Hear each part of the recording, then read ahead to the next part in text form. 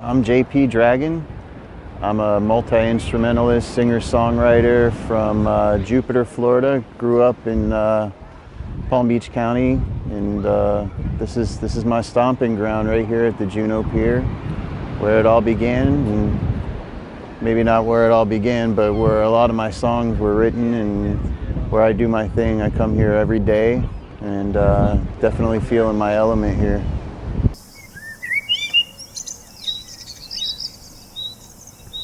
My first spark with music, I started music when I was really young, really early, like under 10 years old. And my dad got me a guitar, and my cousin got into it too. And we just kind of started bands when we were really little. Like I said, under 10 years old, we were making music together, and we did music in church and outside of church, and it was just something we loved to do. We did it for fun, and you know, it was like, for us, it was always something we had. We always, you know, a lot of kids play video games. A lot of kids, you know, were really into sports.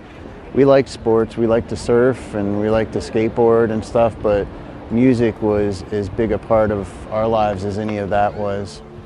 And growing up here was special. It was something I feel very lucky and fortunate to have been able to have.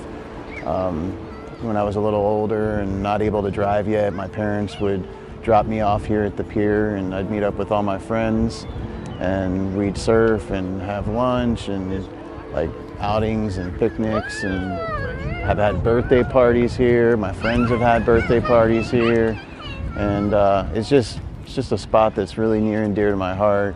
Come here almost every single morning, if not here, somewhere between here and the Jupiter Inlet. And but yeah, this beach is something that I've come here, I've shed many tears, I've had many laughs here. I've you know, it's just my place. It's like my real home outside of my house. Like, this is my home. The first time I knew like music was it for me and something I wanted to do, I saw my cousin. It was his birthday, and he got a new guitar. And again, I think it was probably like 8 or 9 years old. And I saw everybody crowd around him. He had been taking guitar lessons for a while, but the whole family was like fixed on him and like watching him in the middle of his living room. And I saw that like attention he was getting, and like, I was like, man, I want that, you know? And so my dad had gotten me a guitar too.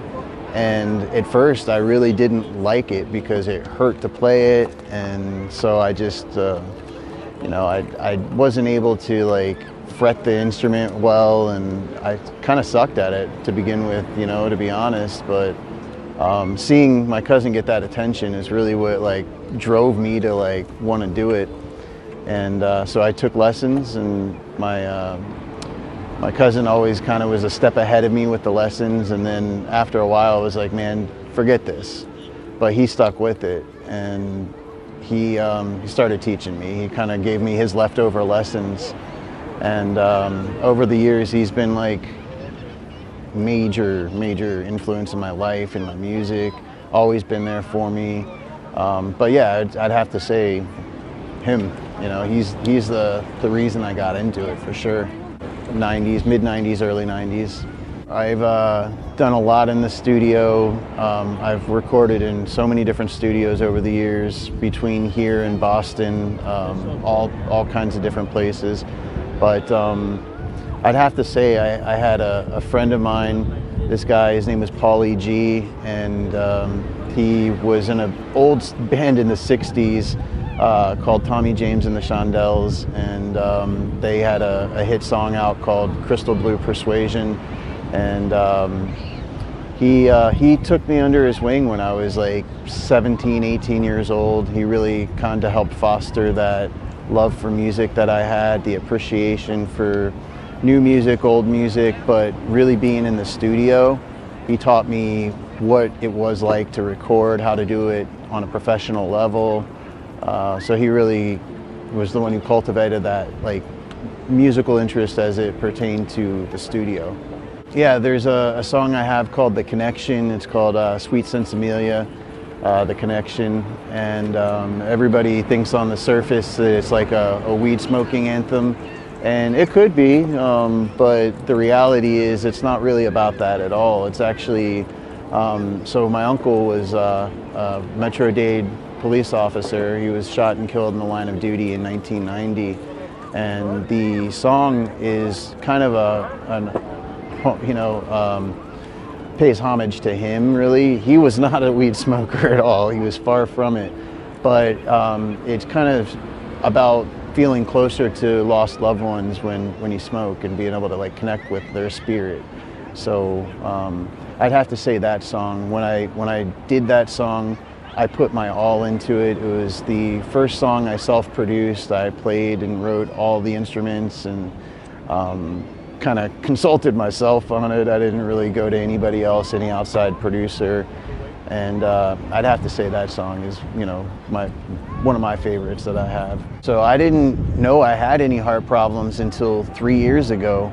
I was starting to really get into lifting weights and getting in shape, and I ran a half marathon. And at the end of it, I just started feeling kind of funny in my chest. And then my cousin came over to my house and he was like, "Dude, you keep running so much, you're gonna get weak. We gotta lift some weights." And I just kept pushing. And so I did a max bench press that night, and I felt like a pop in my chest, and it just didn't feel right. So I went to Jupiter Medical Center, and they evaluated me. They told me I had what was called pericarditis, which is common amongst athletes, and you basically have your pericardium fill up with blood, and actually fill up with fluid. Mine was filling up with blood though, because I didn't have pericarditis. I had an aortic aneurysm, or what's called an aortic dissection. And so basically I sat in the hospital for like 5-6 hours, and then they came to me and told me that I had to have emergency surgery and that there was about a 10% chance that I was going to survive the surgery. So it was pretty heavy duty. They told me to call all my loved ones that I love and tell them basically goodbye, because there's most likely I'm not going to make it through this surgery. I luckily made it through the surgery, and my surgeon gave me this because he had this side hobby of grinding stones down, and he made this turquoise heart for me because he said he wasn't sure if I was going to make it through, but I actually made it through. So I carry this wherever I go. It's like calms me down whenever I'm like anxious or whatever. It's always like in my pocket, always nearby. But so after the surgery, I was in a coma for 6 days. So like they put me in an induced coma, and so I could kind of heal and not move around a lot. And then there was about a year of rehab after that, where I could barely walk, I could barely do anything. And mind you, I was going from running, 20 miles in a day to not being able to walk more than a few feet without feeling winded. And this was right after I put out like my, I think it was, the last song I put out was The Darkness before this happened. And it was weird that it happened, and then this occurred. That song really just kind of about being down and not really being happy, and having something else to look at and look forward to. But yeah, so it changed my life though forever, because I now really appreciate life on a whole nother level of knowing that it can end in an instant and be gone. And I totally changed all my habits. I went from being, kind of a partier to, live a sober lifestyle now. I don't do any drugs or alcohol. And that was a big change for me. That was tough. I was a big weed smoker, and I had to learn to live without it. And it's been an adjustment, for sure. But I love my life now. I'm very happy. I got, clarity, and I'm not second guessing myself as often, and I remember things, and there's a lot of good things that have kind of come of it for me. And I don't shun anybody for doing anything. Everybody's like, you know, I have a lot of friends that still do what they do, and I love them. I'll never stop. You know, it's like I just had to make that choice for me so I could live longer, because it's really, really bad for your heart apparently. So I wrote a song kind of foreshadowing that. It was weird, called "The Emergency Room," and I put it out before the surgery and everything, and somehow or another, I kind of like knew something was going to happen like that, something major, and but yeah, it was weird. It was like already inside of me, or maybe not inside of me, but floating around in the universe, because I believe like we're basically a conduit for creativity. I don't think that creativity resides in anybody at all. Anybody who thinks that needs to get their ego kind of in check, because anything that's ever influenced anybody at all was an external thing. And if you write a song based on what you've seen, it's still not inside of you, it's coming from outside of you. So that's really what clued me into creativity being outside of us, you know, and not being inside of me, because how could I know? How would I have ever known? Like, I had this, you know, birth defect that led to this aortic aneurysm, all this craziness in my life. Like, I went through hell with that. Like, I had a really good job at the time and ended up losing the job. Like, I'm a single father also, so it was heavy. It was like, you know, I needed a lot of help from family and friends. I had a lot of help, thank God. You know, had everybody kind of rushed to my side and was there for me, was there for my son. You know, he was 11 years old at the time, 12 years old, and so it was a huge deal for both of us. He thought I wasn't going to make it, and it was touch and go after the surgery for a while too. I got pneumonia in the hospital, and that's like really heavy duty when you have a major open heart surgery like that. There are a lot of people that make it through the surgery and then they end up dying of pneumonia afterwards, but I just kept fighting. I wanted to live, I really did. I love my life. And my life hasn't been easy. I don't think anybody's is necessarily easy. We all go through stuff, and you know, so, but yeah, that was probably the biggest thing I've ever gone through, the hardest thing I've ever gone through. Helps to keep my life in perspective now. If I go through something now, if I go through, you know, a breakup or, you know, whatever, it's kind of like, well, at least I'm not in the hospital bed. You know, I can walk around, I can talk, I can sing, I can play, I can work, you know, so it makes me appreciative. 2026, I want to start collaborating with more artists as much as possible. At first, this whole musical adventure started with other people getting me involved, and then somewhere along the line, I kind of got blinders on. I just did it for myself, and I still write music for myself. I don't ever write it with the expectation of somebody liking it or doing it for anyone else. I do it because I love it. I genuinely love to play music, and the creative process to me just is amazing the way it unfolds. Songs that I have out right now, I had no idea how they were going to end up sounding when they were done recording, and so yeah, I love music, man. It's like a thing that is me. It's part of me, you know. I start the day by coming here. You know, this is my medicine. This is my therapy. Just, you know, the kids laughing in the background, the birds chirping, and the waves crashing, and the wind and the sand and the whole thing. It's what makes me feel good and like I'm really here still. Like, for a while, I thought I was gonna die after the surgery. I thought it was gonna something was gonna happen and I wasn't gonna be here. I had major PTSD afterwards because, like I said, everything was great. I was in peak shape, you know, had the six-pack and everything, you know, and it was just a total blindsided thing that occurred. Like, it blindsided me. I would have never known.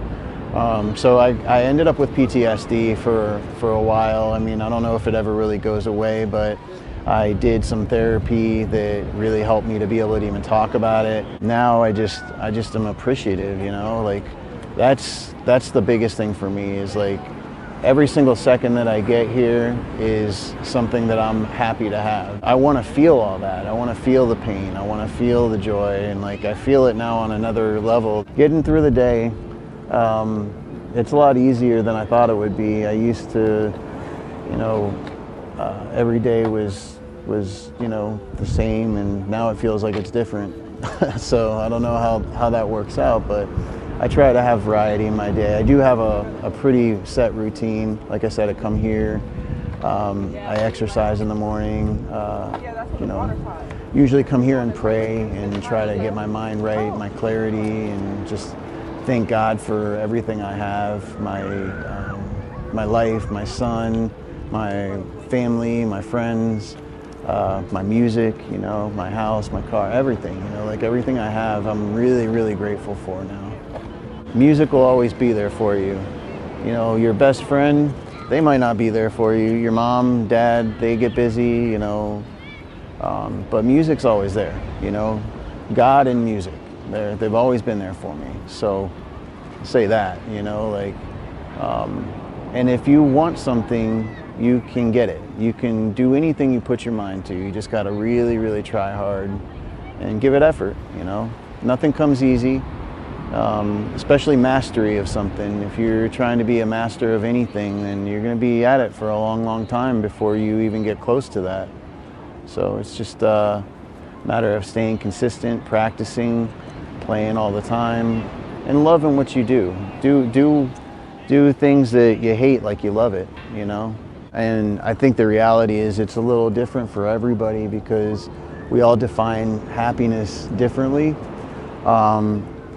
You know, for me, it's taking a step back and realizing what's really important. It's not my car. It's not, you know, how big my house is or how much money is in the bank. I mean, all that shit is important, but what's really important is the connections that we make and who we are around, and being lucky enough to have that for me. I appreciate it. Thank you so much. And it's a real honor to be here doing your show. I've seen so many awesome musicians in the area, all the guys, you know, it's feels almost surreal to be here getting interviewed by you right now, to be honest with you. I'm just thankful. Thank you so much. Yeah, I definitely want to give some shout outs. Doppler Music, Doppler Glass, one of my best friends in the world, Tyler Schwartz from Surfer Blood. All those guys are amazing, and you know, I'm lucky to be friends with so many awesome musicians in this area. Bryce Allen Band, those guys, Yasmani Velasquez, you know, Mike Kerr. Man, I could do shout outs all fucking day, bro. Like, it's kind of crazy, you know. You, El Camino Black, you know, like, man, just lucky, man. I'm lucky to be in the circle of people that I'm in, and this scene is awesome. We're thriving now. It used to be like this scene was not so great. There was not a lot of camaraderie. It was disjointed. The venues kind of were here and there and spotty, and now we got a strong music scene. We've got a big hip hop scene, big reggae scene, a lot of rock and roll here. It's just, it's awesome. We're lucky. JP Dragon.